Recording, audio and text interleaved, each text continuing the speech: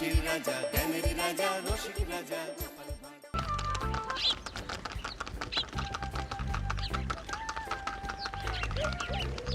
অনেক দিন পর বেশ লাগছে বন ভ্রমণ। মাঝে মাঝে কাজের ফাঁকে এইসব জায়গায় এলে মন খুব ভালো লাগে। শুদ্ধ বাতাস, মাটির সোনা গন্ধ, পাখির কলতান, আহা।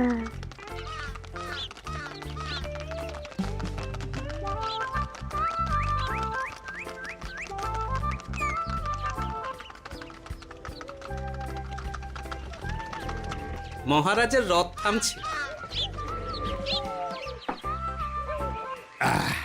আমরা এইখানে বসে আজ রাজকার্য পরিচালনা করব। মন্ত্রী, তুমি ঝটপট এখানে বসার বন্দোবস্ত করে দাও। আমি এক্ষুনি ব্যবস্থা করে দিচ্ছি মহারাজ। এই এখানেই আমাদের বসার জন্য ছাউনি করে দাও। এক্ষুনি করে দিচ্ছি মন্ত্রী মশাই। এরা বসার জায়গাটা করে দিক, ততক্ষণ আমরা একটু হেঁটে আসি।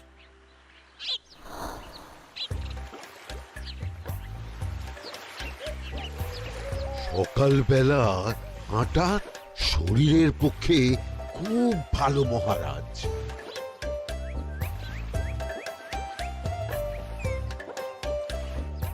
আগেকার দিনে রাজা মহারাজরা এই সব বনে মৃগয়া করতে আসতেন।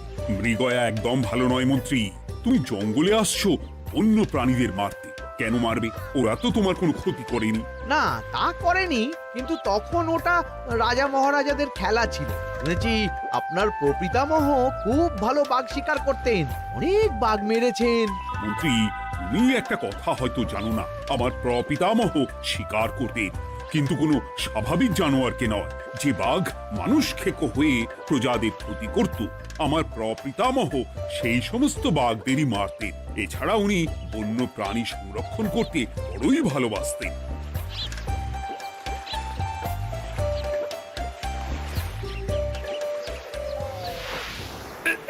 উফ, এটা আবার কি?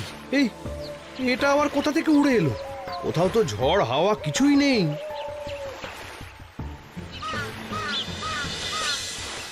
একটা ধাঁধা মহারাজ, এই কাগজে লেখা। ধাঁধা? পড়ো দেখি। জোয়ার ভাটা প্রভুর খেলা, ভাটা হবে হলে বেলা, ভাটা হলেই দেখা যাবে লাল রঙের এক পাথর পাবে, নদীর ধারে গর্ত করে যত্নে সাজাই কলস ভরে, হেথায় হোথায় ছড়িয়ে যাহা অন্ধকারে জলে তাহা, ঢুকলে চক্ষু ঝলসে যাবে, হাতের কাছে ঘন্টা পাবে, ঠিক ঘন্টা বাজলে পরে পড়বে ঝরে থরে থরে, ঘন্টা যদি হয় ভুল যেন তুমি হারাবে কুল, ঠিক ঘন্টা চিনতে হলে নকশা দেখো চক্ষু খুলে, সিন্দুক দেওয়ালে হাত দাও আসল ঘটনা জেনে নাও। ওরে বাবা, খুব দীর্ঘ ধাঁধা। তা মন্ত্রী, তুমি কিছু বুঝলে? এটা একটা গুপ্তধনের নকশা। এর মধ্যে গুপ্তধন কোথায় আছে তার একটা ধারণা দেওয়া আছে। গুপ্তধন? ওটা আমাকে পেতেই হবে, পেতেই হবে। দেখি দেখি একবার কাগজটা দাও। গোপাল, কাগজটা আগে আমার হাতে দাও, দেখি ভালো করে। এখন নদীতে জোয়ার চলছে গোপাল। একটু পরেই ভাটা শুরু হবে। হ্যাঁ, ভাটা না হলে কিচ্ছু বোঝা যাবে না। এখানে স্পষ্ট লেখা আছে, ভাটা হলেই দেখা যাবে লাল রঙের এক পাথর পাবে। তার মানে আমাদের ভাটা হওয়া পর্যন্ত অপেক্ষা করতে হবে। না, সময় নষ্ট না করে ধাঁধাটার সমাধান করতে শুরু করি। ভাটা হলে একটা লাল রঙের পাথর দেখা যাবে, এই পর্যন্ত পরিষ্কার আছে। বুঝতে হবে ওর পর থেকে। পড়ো গোপাল, চলো আমরা সবাই বুদ্ধি লাগাই। নদীর ধারে গর্ত করে যত্নে সাজাই কলস ভরে। এটার অর্থ, ধাঁধাটা মাথায় বসিয়ে নিয়েছি, এবার কে কি বলবে সেটা শুনতে হবে। চলো গোপাল, আমরা ধাঁধা যেমন যেমন বলেছি তেমন তেমন ভাবেই চলি। চলুন মহারাজ, এখন আমাদের দেখতে হবে লাল পাথর। কোথায় আছে লাল পাথর? চলো চলো সবাই, চোখ কান খুলে আমরা নদীর পাড় ধরে হাঁটি। আমি একটু তফাতে হাঁটি। গুপ্তধন আমাকে একা পেতে হবে। ভাটা হলেই দেখা যাবে লাল রঙের এক পাথর পাবে। আমাকে চোখ কান খোলা রাখতে হবে। লাল পাথর, নদীর চড়ায় লাল পাথর দেখতে হবে, লাল পাথর, লাল পাথর। ওটা কি? এই তো লাল পাথর, লাল পাথর। ওরা অনেকটা এগিয়ে গেছে, ওদের আমার দিকে নজর নেই। এই সুযোগ, এই সুযোগ, একা একা গুপ্তধন নিয়ে পালাবো।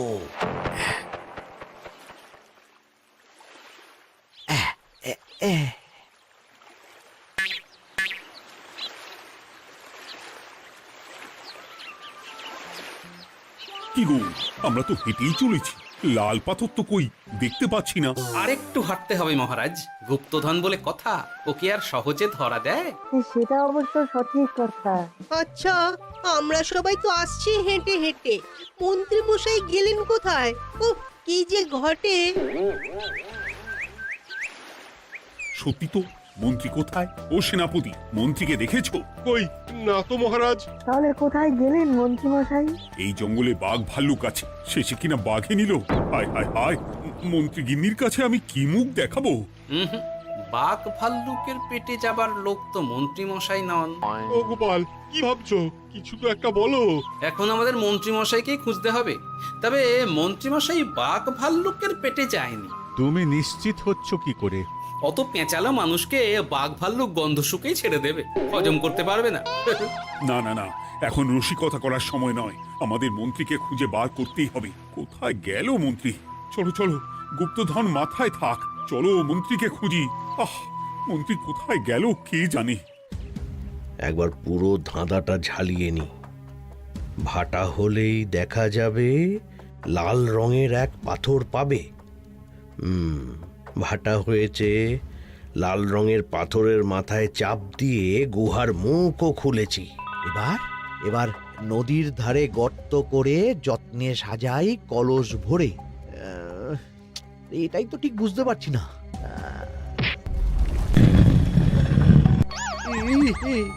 এই রে, এবার কি হবে? হ্যাঁ মহারাজ, কোথাও একটা আওয়াজ হলো। এই, আওয়াজটা কোন দিক থেকে হলো? চলুন সামনে এগিয়ে যাই, আমার মনে হয় আওয়াজটা সামনের দিক থেকে এলো। আমারও তাই মনে হলো। তবে কি মন্ত্রী মশাই লাল পাথরের হদিশ পেয়ে গেছেন? আমাদের চোখে পড়লো না, অথচ মন্ত্রী মশাইয়ের চোখে পড়ে গেল। আসলে আমরা কথা বলতে বলতে গেছি, তাই নজরে পড়েনি। মন্ত্রী মশাই একা একা আমাদের পেছন পেছন আসছিলেন। উনি ইচ্ছে করেই আমাদের পেছনে পেছনে আসছিলেন। নিজে একা গুপ্তধন নিয়ে যেতে চেয়েছিলেন, এখন কোথায় আছেন কে জানে।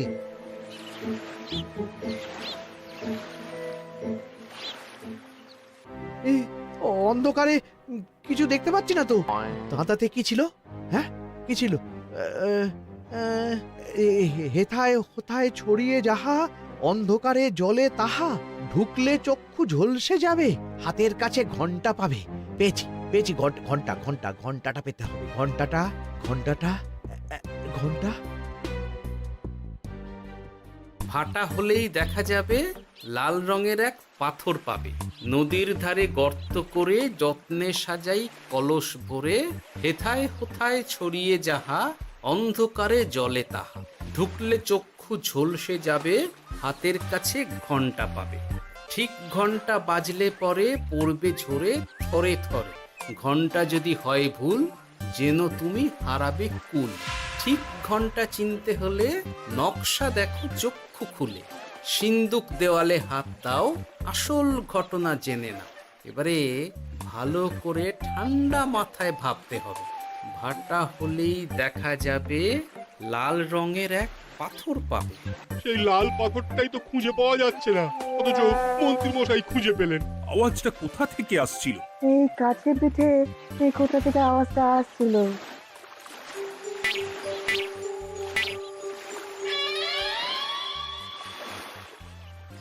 এই তো, এটাই মনে হয় সেই লাল পাথর। একটু নাড়িয়ে চাড়িয়ে দেখি তো কিছু হয় কিনা।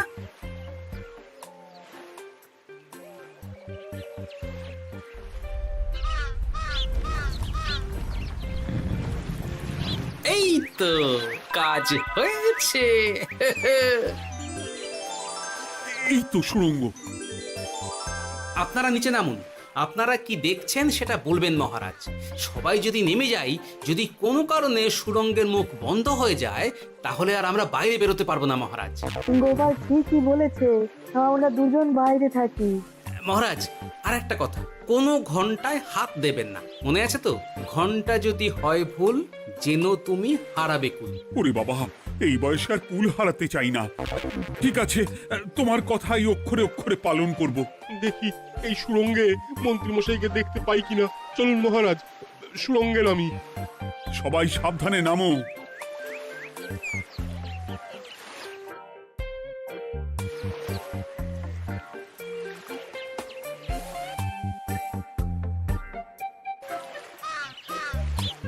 মহারাজ, ওখানে কি কি দেখতে পাচ্ছেন? ওখানে কি মন্ত্রী মশাই আছেন? না গোপাল, মন্ত্রীকে এখনো দেখতে পাইনি। শুধু আমি এখানে অজস্র পাথর দেখতে পাচ্ছি। পাথরে পাথরে ছয় লাভ, ছোট বড় অজস্র। পাথরগুলো বড় অদ্ভুত, কিরকম কিরকম মানুষ মানুষ করুন। লম্বা বেঁটে হরেক রকম। মানুষ মানুষ গরম, সেটা কি রকম? আর কিছু? কোনো কলসি কি দেখতে পাচ্ছেন? কলসি তো দেখতে পাচ্ছি না। মহারাজ, কলসি থাকতেই হবে, কারণ ধাঁধায় লেখা আছে, নদীর ধারে যত্ন করে যত্নে সাজাই কলস ভরে। গর্তটা আসলে হলো সুড়ঙ্গ, কিন্তু কলস। মহারাজ, মহারাজ, এইদিকে এইদিকে একটা কলসের মতো কি যেন আছে। এইদিকে আসুন, এদিকে এদিকে। হ্যাঁ গোপাল, দেখতে পেয়েছি। এবার আমি যেরকম যেরকম বলবো সেই রকম সেরকমই করবেন। আমি বিজ্ঞানীকে নদী থেকে জল তুলে পাঠিয়ে দিচ্ছি। পাত্র কোথায় পাবে? আমাদের জল খাবার যে পাত্র আছে সেটা আনতে লোক পাঠাচ্ছি। ঠিক আছে।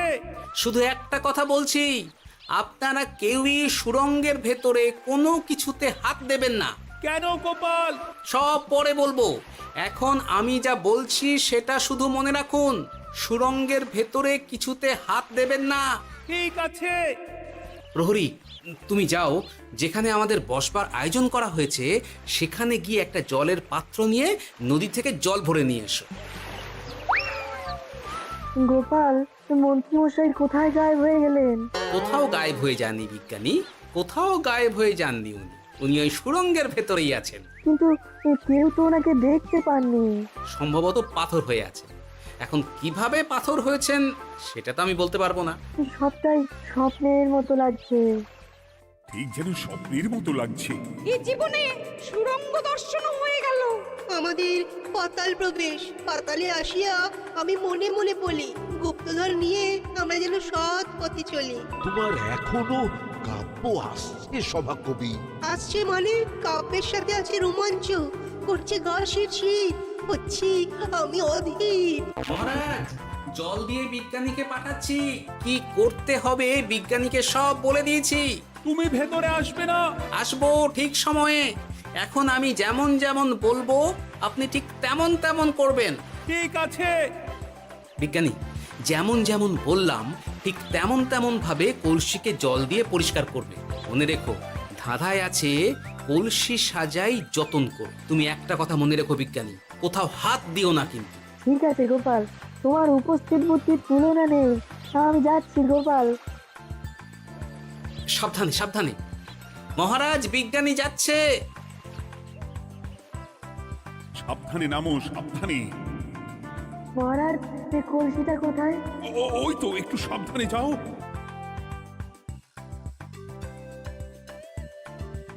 বিজ্ঞানী, কলসির দেখা পেয়েছো? পেয়েছি পেয়েছি পেয়েছি। এবারে কলসিটাকে ভালো করে জল দিয়ে ধুয়ে দাও। কলসির আলোয় সুড়ঙ্গ আলোকিত গোপাল। এরপর কি? ভালো করে দেখুন মহারাজ, কোথাও ঘন্টা দেখতে পাচ্ছেন কিনা। ঘন্টা? একটা তো নয়, সার সার ঘন্টা, অনেকগুলো ঘন্টা।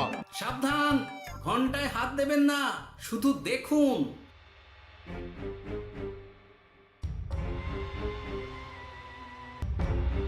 মহারাজ, আমরা গুপ্তধনের খুব কাছে চলে এসেছি। তাই নাকি? কি মজা কি মজা, এবার খাবো ক্ষীরের গজা। আহ, সভাকবি চুপ করো, এখনো আমরা গুপ্তধন পাইনি। পাওয়ার মুখে দাঁড়িয়ে। সবগুলো তারা আঁকা। বিজ্ঞানী, কোনো ঘন্টায় চাঁদের নকশা করা আছে কি? একটু দেখে বলো না। আমি আতস কাজ নিয়েই দেখছি, সব ঘন্টাতেই তারা আঁকা। খবরদার, কোনো ঘন্টাকেই ছোঁবে না। ঠিক আছে, কোনো কিছু না ছুঁয়ে আমি দেখছি। পেয়েছি গোপাল, চাঁদ আঁকার ঘন্টা পেয়েছি। ওই ঘন্টাটা বাজাও, বাজাও।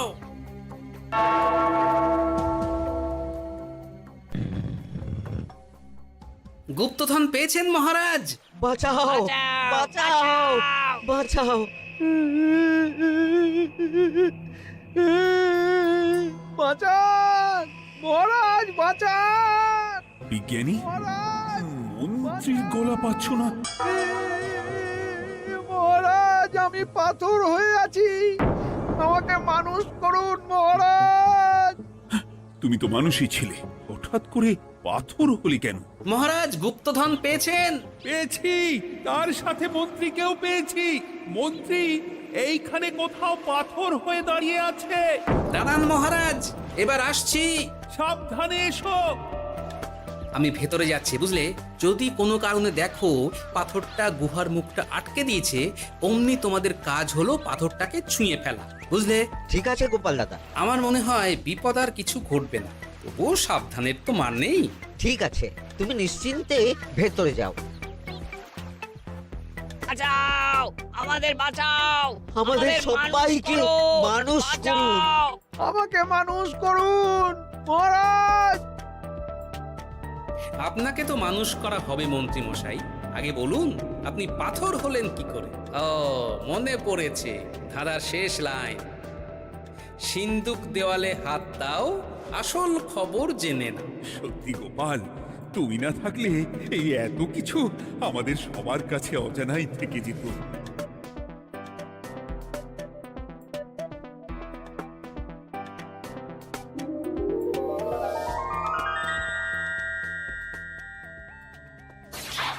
ধন্যবাদ আমাকে মুক্ত করার জন্য।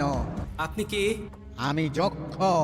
আমাকে এই ধন সম্পত্তি পাহারা দেওয়ার জন্য এক ডাকাত দলের সর্দার যক্ষ করে রেখেছিল। আমি 100 বছর ধরে এইখানে যক্ষ হয়ে আছি। আমি তোমার জন্য মুক্ত হলাম গোপাল। এই সম্পত্তি তোমার গোপাল। সম্পত্তি নিয়ে আমি কি করব? আমি এই সব সম্পত্তি মহারাজকে দান করলাম, রাজ্যের অনেক কাজ হবে এতে। তুমি ধন্য গোপাল, তুমি ধন্য। এবার আমার যাবার সময় এসেছে, আমাকে যেতে হবে। যাবার আগে এই পাথরগুলোকে মানুষ করে যান। এরা সব লোভী।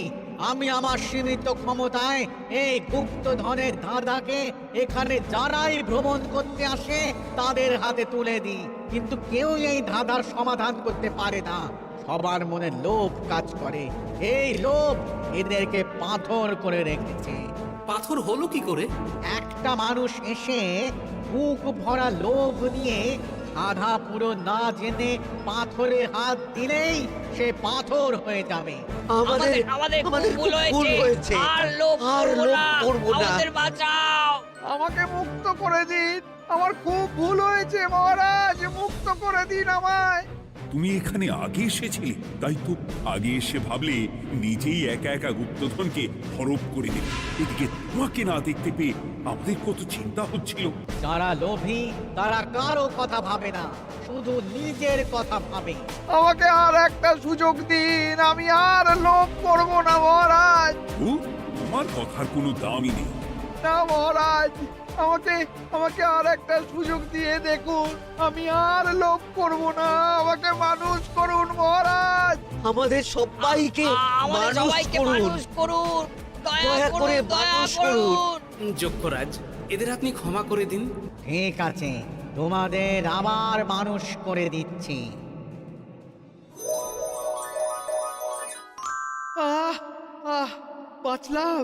বাঁচলাম। এই রকম বারবার বাঁচা যাবে না, কিন্তু এবার সাপ ব্যাং যাই হবে না কেন ওইভাবেই থাকতে হবে, এই আমি বলে দিলাম। এবার আমার মুক্তি। মুক্তি নেবার আগে আরেকটা প্রশ্ন, যে ডাকাত সর্দার তার সম্পত্তিকে রাখার জন্য আপনাকে যক্ষ বানিয়েছিল, এই সম্পত্তি তো তাদের, আমরা তো নিতে পারি না। লোভ বড় খারাপ গোপাল, অতিরিক্ত লোভ মানুষকে পশু করে দেয়।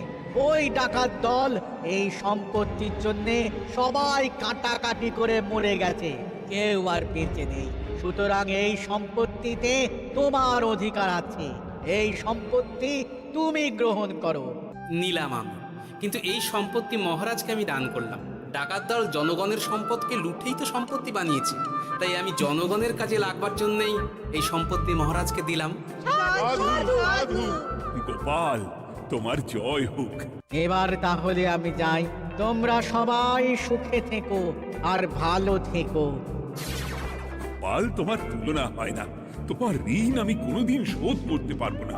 তুমি কৃষ্ণনগরের জন্য যা করলে তা ইতিহাসে লেখা থাকবে। না মহারাজ, আমি এমন কিছু করিনি, এই কাজ সবাই করবে। জয় গোপালের জয়, জয় গোপালের জয়, জয় কৃষ্ণনগরের জয়।